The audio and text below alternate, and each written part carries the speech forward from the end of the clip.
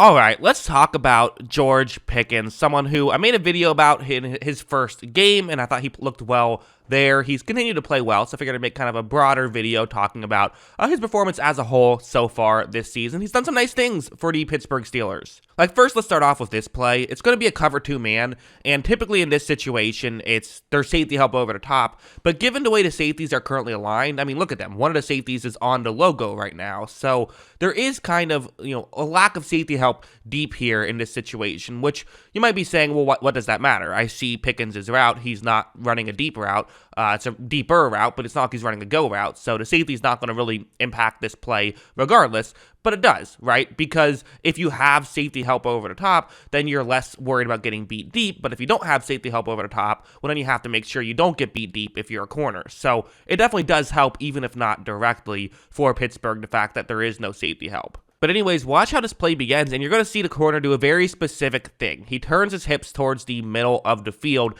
and this is where Pickens has won. He's already won right here, because if you get your hips turned around, maybe you have time to get your hips back turned around against some lesser receivers. Not going to work against Pickens. He can cut too quickly for that kind of thing.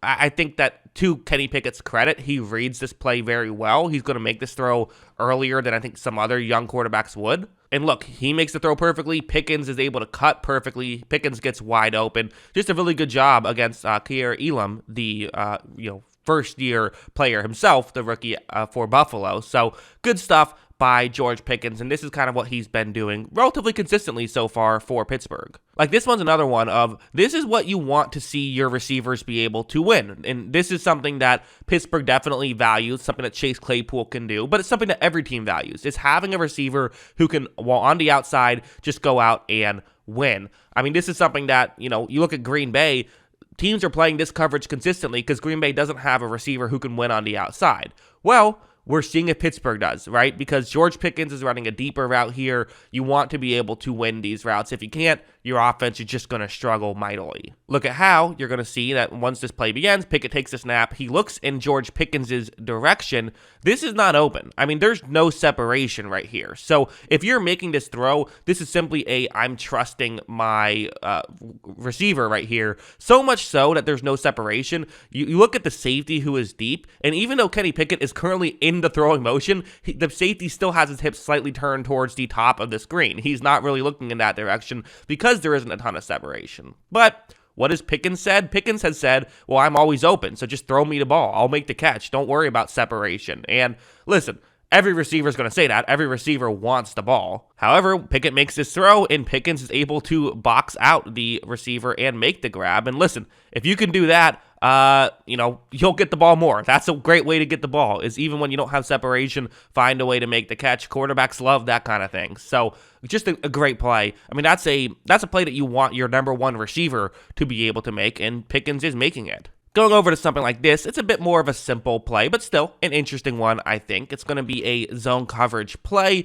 and you just have Pickens running a route over the middle. So I think these are the less impressive types of plays. Typically, you like to look at the guys who can win on the outside. That's more impressive. That's more difficult to do, and usually more important for an offense. But this stuff still is important, and being a complete receiver means you have to be able to get open on these types of routes as well, where you have to be able to just find a soft spot in the zone coverage. Look at how when this play begins, I think Pickens is doing a great job at running this route. I mean, you look at even right now, there's two safeties deep. One of the safeties could absolutely afford to crash in and try to cover up Pickens' route. But the issue is they don't know what Pickens' route is. Pickens has not given away what he's doing. It's that stem portion of the route that I always talk about is so important, especially in zone coverage when it's a lot about deception and not letting guys know exactly what you're doing. Making sure that you don't give away what you're doing until the last possible second is absolutely worth it here. And that's what Pickens is doing. So that when Pickens does cut over the middle, he gets wide open and they're able to pick up a big completion. So again,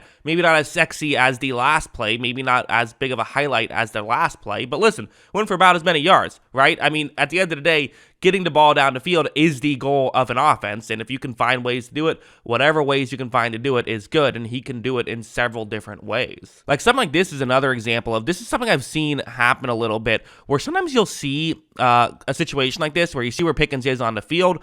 You have, interestingly enough, I know Tampa Bay, their number one corner is Carlton Davis. They were putting Davis on Pickens in this game. So they're treating Pickens as though he's their number one receiver, which is interesting. They were probably wishing they were treating Chase Claypool as their number one receiver in that final drive, but that's, a conversation for another day. I noticed that Pittsburgh was doing this a little bit. When they saw corners playing off, they're not going to overthink this. Watch how, since there is that little bubble, they just simply flip it to Pickens and they pick up like an 8-yard gain right there. They're not afraid to do that either, which is, hey, Pickens gets respect, guys will play off of him. And again, part of that was just the way the coverage was designed, more so than they're just afraid of Pickens. But still, there's an element of playing off as well, because it is a good receiver, and playing that coverage because you are threatened by Pickens, certainly. And because of that, just take advantage. Hey, if they're going to give you 8 yards, take the 8 yards. Do not complain about it. It's smart football. We're going over here now. So now this one, it's going to be it's a man coverage play.